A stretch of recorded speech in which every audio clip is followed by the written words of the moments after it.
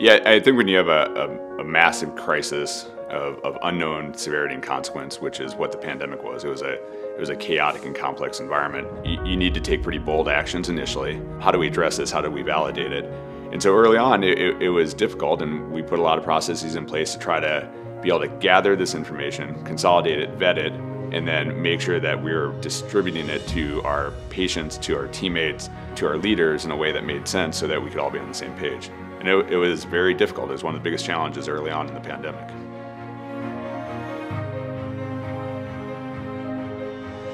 We were able to pivot really quickly because we know that we have to make a decision, especially in emergency medicine, based on the information in front of us. But as that information changes, or as the results of our decision become apparent, we need to be confident enough and comfortable enough to change course if we need to.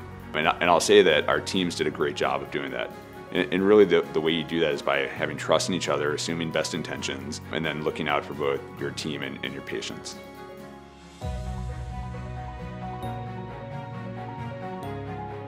Everyone's got a bunch of lessons they've learned, both professionally and personally, from 2020 and from the pandemic.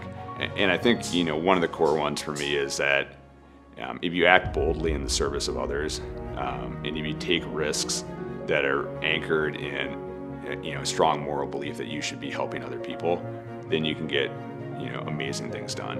And we often see that on an individual level, and we often see these individual acts of heroism. But one of the things that's really struck me is that we've seen institutional acts of bravery, which you don't often see.